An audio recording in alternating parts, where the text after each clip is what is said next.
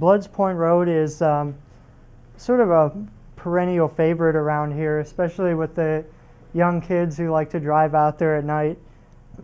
Basically, any folklore sort of motif that you could think of is supposed to have happened here. This bridge and this other bridge here on Sweeney Road is said to have been the scene of a bus accident. You've all heard the story before where a busload of children sort of goes off the bridge, and now if you put your car in neutral, like unseen hands will push you safely to the other side.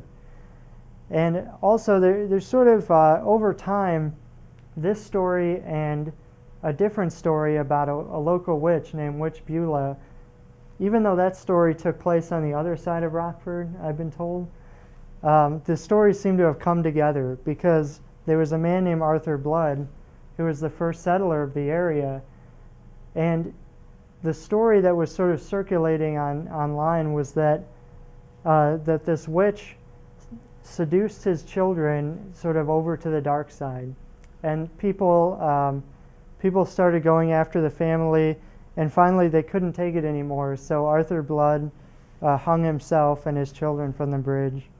That's just one of the versions of the story. There's a lot of them out there. Another version is that the witch was hung off of the bridge. But at the end of Bloods Point Road, there's a major focus of a lot of these legends is Bloods Point Cemetery.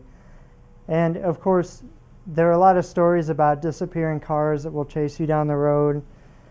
In the cemetery itself, if you visit there, there's an old shed sort of off in the woods. And people say that they've seen like glowing red eyes in the shed and something growling over there. So it's just it's a fascinating place.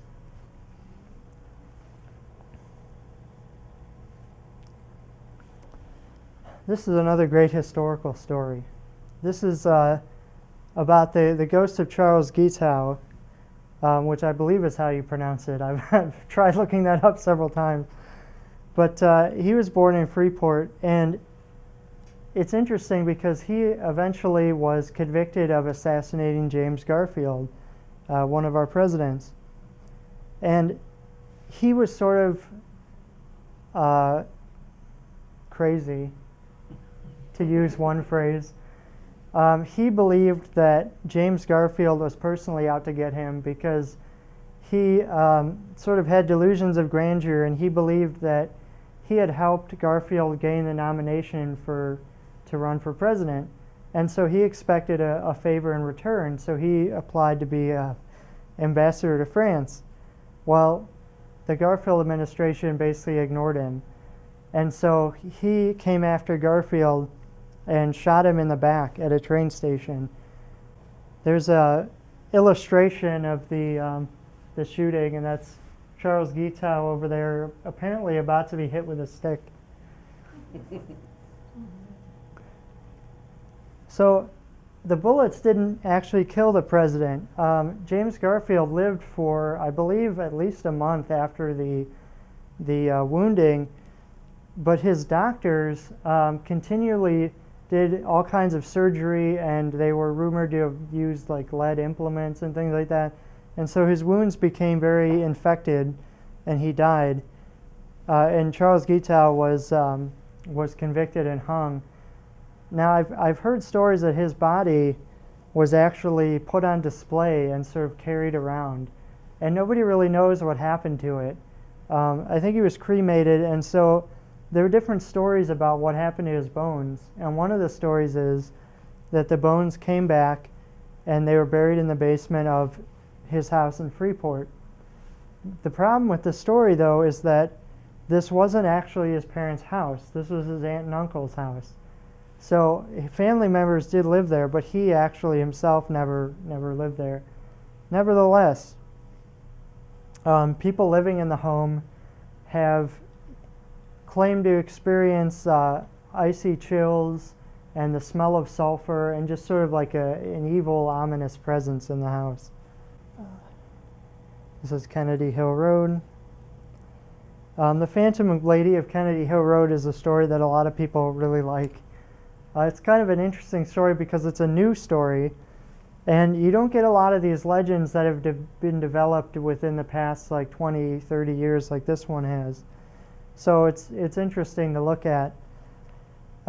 Basically, during the December, January months of 1980, 1981, motorists driving down Kennedy Hill Road reported seeing a lady, usually described as scantily clad, sort of walking down this road in the middle of winter. This caused a huge sensation. So there were cars lined up all along the side of the road for people trying to catch a glimpse of this phantom lady. And the local newspapers had a field day with the story. People were getting irritated because men were leaving beer cans all over the road and that kind of thing. And there were three theories as to who this phantom lady was. One of them, of course, was that there was a cemetery nearby that had been plowed over, and this ghost was a ghost of a woman who had been buried there, who now was trying to get back to her grave. The other two stories, one of them was sort of tragic. There was a young woman who was sort of mentally handicapped who had ran away from home around the time. And so some people speculated that it could have been her, but I find it hard to believe that anybody could have survived for a month outdoors with barely anything. So I think that that's explanation is unlikely. The other explanation is very bizarre. It involves a man who had lost his girlfriend in a motorcycle accident, and he, in order to deal with the grief, he would dress up in his ex-girlfriend's clothes and run around the road. Now, the reason that's an explanation is because the writer for the Register Star kept getting these threatening phone calls from this man, and supposedly around the time the man left the area, that's when those are some of your local legends. I hope you enjoyed them. Hope you learned a little bit.